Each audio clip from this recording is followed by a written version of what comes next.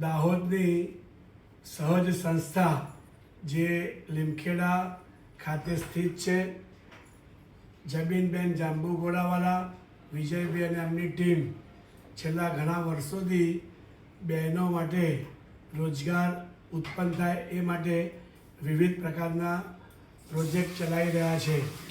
હમણાં જ 3 અને 4 ઓક્ટોબર આદિવાસી બહેનોએ પોતે જે વસ્તુ બનાવેલી છે એને વડોદરામાં એક સેલ તરીકે વેચવાનો પ્રયત્ન કર્યો.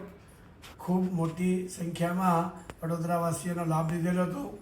આદિવાસી મહિલાઓ પોતે સ્વરોજગાર તરફ આગળ વધે, ટેકનિકલ જ્ઞાન પ્રાપ્ત કરે અને સમાજ ઉપયોગી અનેક પ્રોડક્ટ બનાવીને પોતે હેન્ડમેડ દ્વારા બનાવેલી અનેક ચીજવસ્તુઓ વેચીને એ ગ્રામીણ ઉત્થાનની જે ભૂમિકા ભજવી રહી છે અને એમાં સહજ સંસ્થાનો ખૂબ જ મોટો સિંહ ફાળો રહેલો છે. આ અમે જે પહેરેલો શર્ટ પણ આ બહેનોએ જ બનાવેલો છે, આદિવાસી બહેનોએ, અને એ એનું ઉત્તમ ઉદાહરણ છે. ગઈકાલના અમારા ફંક્શનમાં પણ ખૂબ શર્ટના વખાણ થયા.